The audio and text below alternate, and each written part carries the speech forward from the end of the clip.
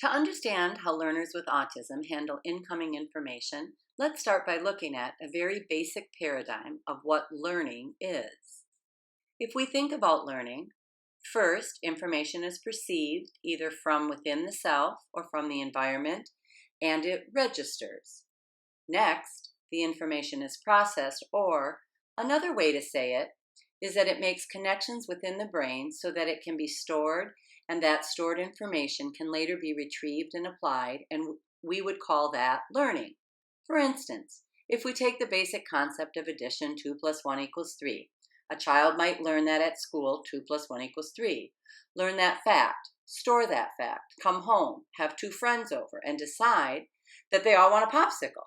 So the two friends need a popsicle, the child needs a popsicle, equals 3. So that child takes that stored information, learned at school, made connections, applied it to the situation, so we can say that has been learned. So if we think about the gears being the processing of the brain, information comes in, information gets processed, information gets stored for later retrieval and application.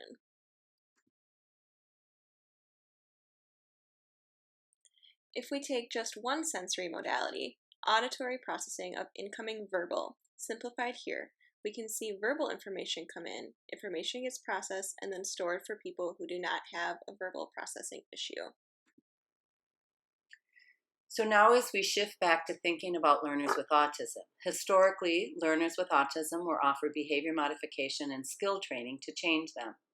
What has occurred to me is that the most respectful way to approach anyone with autism is to think of autism as a neurology or a processing system that needs support rather than autism being a set of behaviors that need to be fixed or controlled.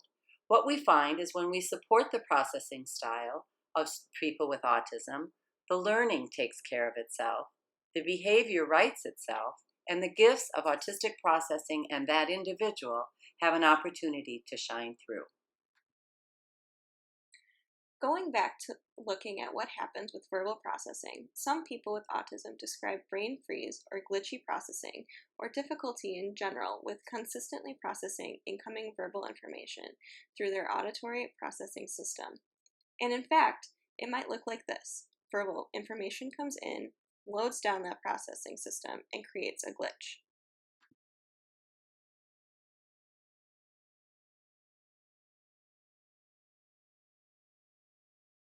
And of course, there is not just one sensory modality. There are the 5 that most people know about in the first column there: visual, with receptors located in the eyes; taste, with receptors in the mouth; touch, with receptors in the skin; auditory, with receptors in the ears; smell, with receptors in the nose.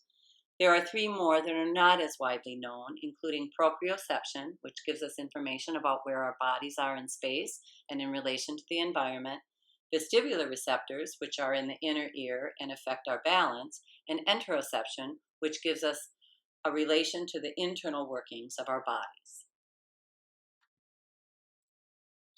So now let's look at what might happen to the autistic processing with all 8 of the senses. Information can come in and glitch at any one of those 8 sensory modalities at any given time for any person with autism.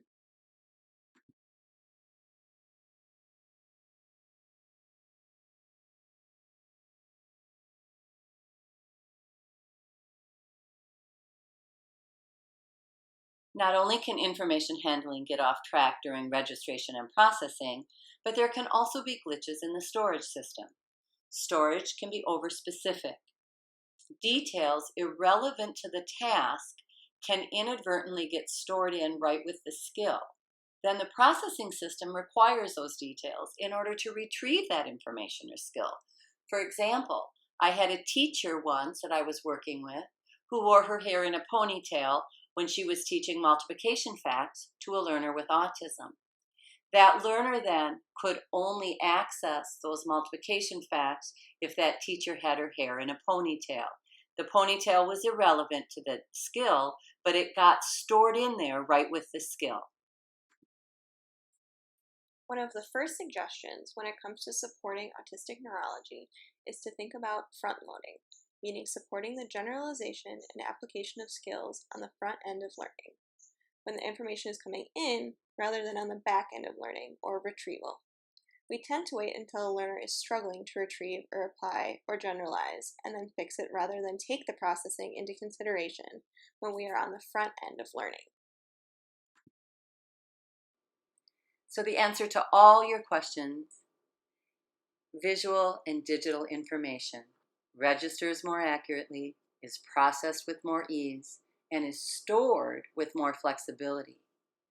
This next visual model might be what we can help create in autistic processing if we respect the neurology by providing visual and digital information.